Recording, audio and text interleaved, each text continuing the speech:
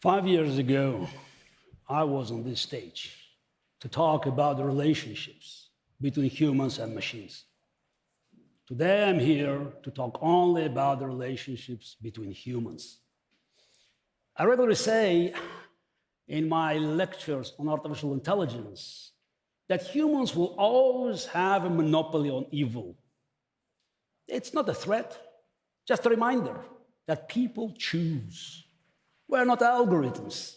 We're not bound by code or commandments or laws or treaties. We have them, but we choose.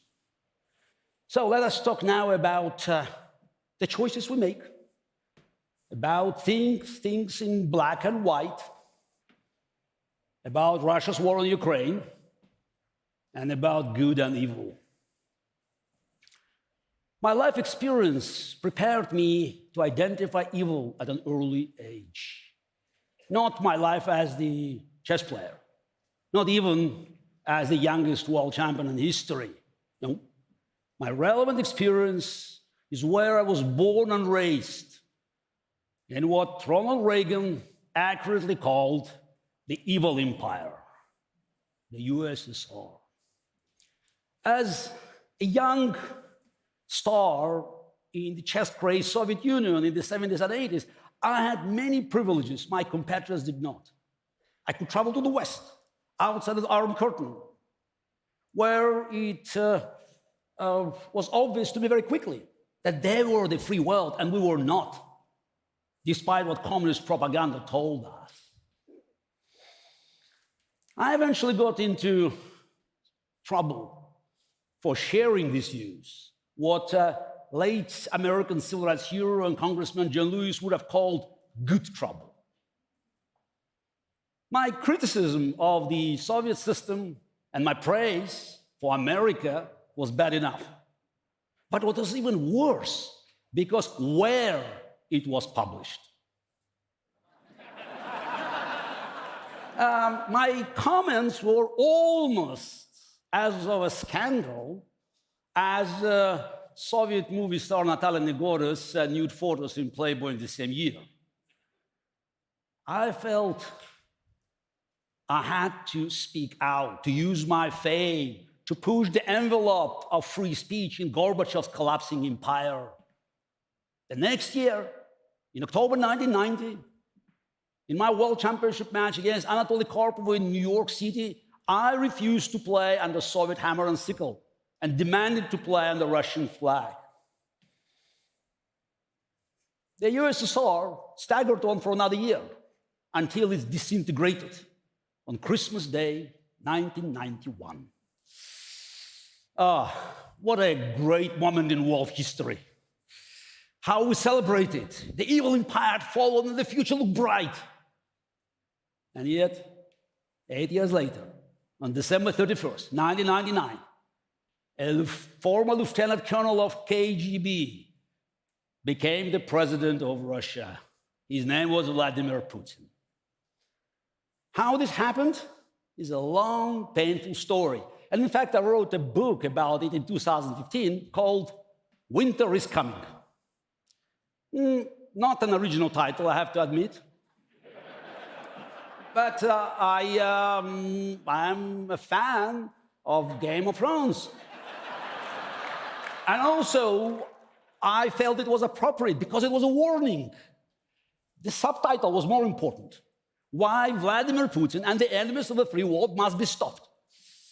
The publisher, by the way, didn't like it. Enemies, it's too harsh, sounded like Cold War. Absolutely, I said, Cold War, because winter is coming. Okay, well, here we are, 7 years later. And if I wrote a sequel, it would be called Winter is Here. And the subtitle would be, I bleeping told you so. Actually, my first article warning was published in the Wall Street Journal on January 4, 2001.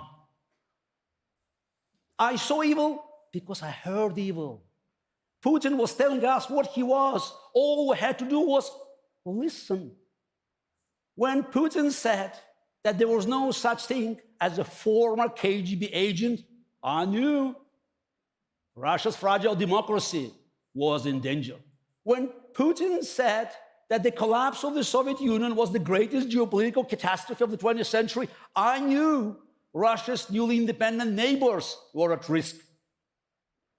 And when Putin talked at Munich Security Conference in 2007 about a return to spheres of influence, I knew he was ready to launch his plan. It was the language from Molotov-Ribbentrop Pact 1939, the language Hitler and Stalin used to divide Europe. And a year later, in 2008, Putin invaded the Republic of Georgia, 2014, Ukraine. It's a paradox, isn't it? Dictators lie about everything they have done, but often they tell us exactly what they're going to do. Just listen. Anyone who is surprised at Putin's war crimes in Ukraine must not be aware about his long record, beginning with the Second Chechen War in Grozny more than 2 decades ago. Vladimir Putin has been a war criminal from the start. So in 2005, still being ranked #1, I retired from professional chess to form a pro-democracy, anti-Putin movement in Russia. As you could see, it didn't go so well. But it was not about winning or losing. I knew it was my moral duty, in keeping with the slogan of Soviet dissidents, do what you must and so be it. My friends and critics both kept telling me, Gary, you are a chess player, you are not a politician. This is not chess. You see everything in black and white. Politics are gray. You have to compromise. Really. Those who peacefully marched with me for free Russia are either in exile like me, or in jail like Alexei Navalny, or even murdered like Boris Nemtsov. Compromise?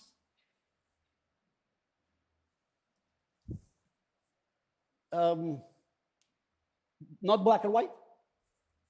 Are you sure? Compromise with this? You cannot look at the images from Ukraine in recent weeks and say there is no pure evil.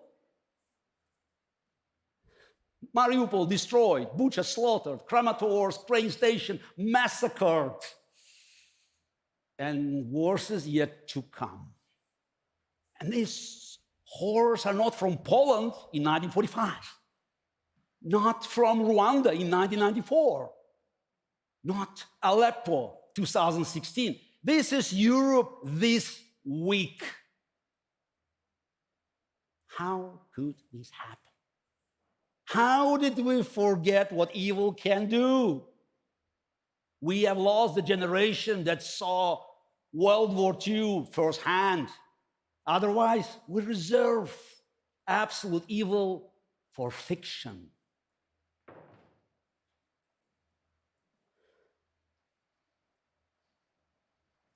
In fables, they believe in true evil.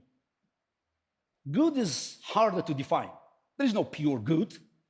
If anyone says they know what pure good is, it's probably evil.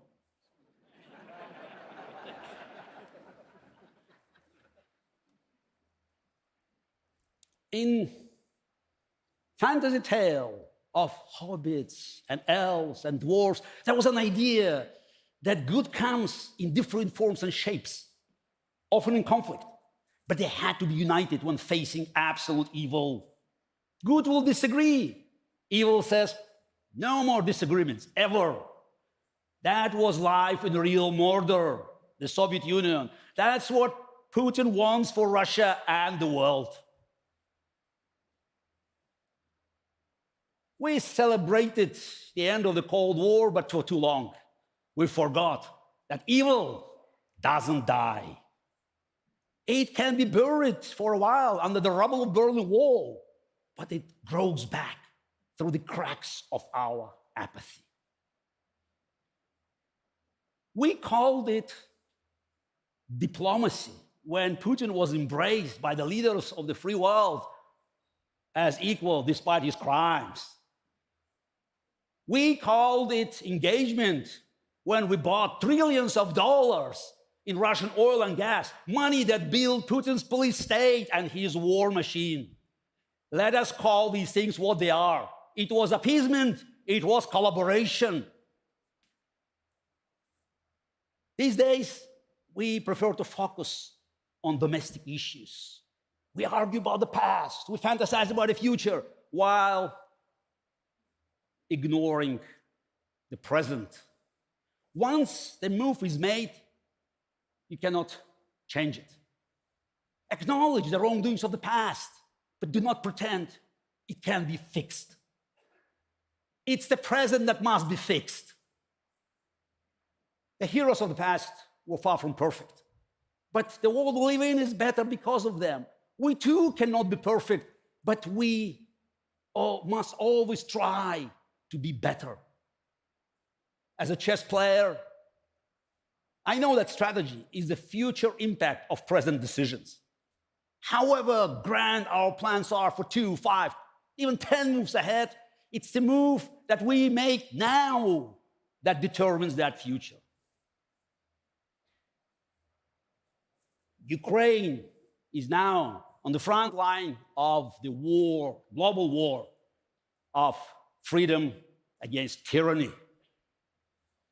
The war the free world didn't want to admit existed. It cannot be ignored any longer. Brave Ukrainians are fighting like hell and dying right now to remind us not to take liberty for granted. Putin, like every dictator before him, underestimated the free will of free people. They deserve every weapon, every resource to win this war, because they're fighting for us, not only for the whole and free Ukraine. Everyone who told me a decade ago I was wrong now is telling I'm right, unfortunately. But we're still repeating the same mistakes of thinking that we can muddle through without taking risks, without taking a stand. The price of stopping a dictator always goes up with every delay, every hesitation. Meeting evil halfway, it's still a victory for evil. Evil tempts us with our weakness, with our desire for comfort, being comfortable. Cautious, rational, civilized. What kind of civilization we are fighting for if we allow war crimes and genocide again? What kind of world are we living for our children and grandchildren if we only talk of the past and the future while ignoring murder and misery in the present? This is not chess. This is not a battle between opposite colors, but of opposite values. Freedom, life, and love versus tyranny, death, and hatred. This is not chess. But sometimes things are black and white. Sometimes you have to fight for what you believe, or you lose it. This is not chess. There are no draws, no compromises in our battle with true evil. It's win or lose. And so we must fight. And so we must win. Slava Ukraini! Glory to Ukraine! Glory to freedom! Thank you.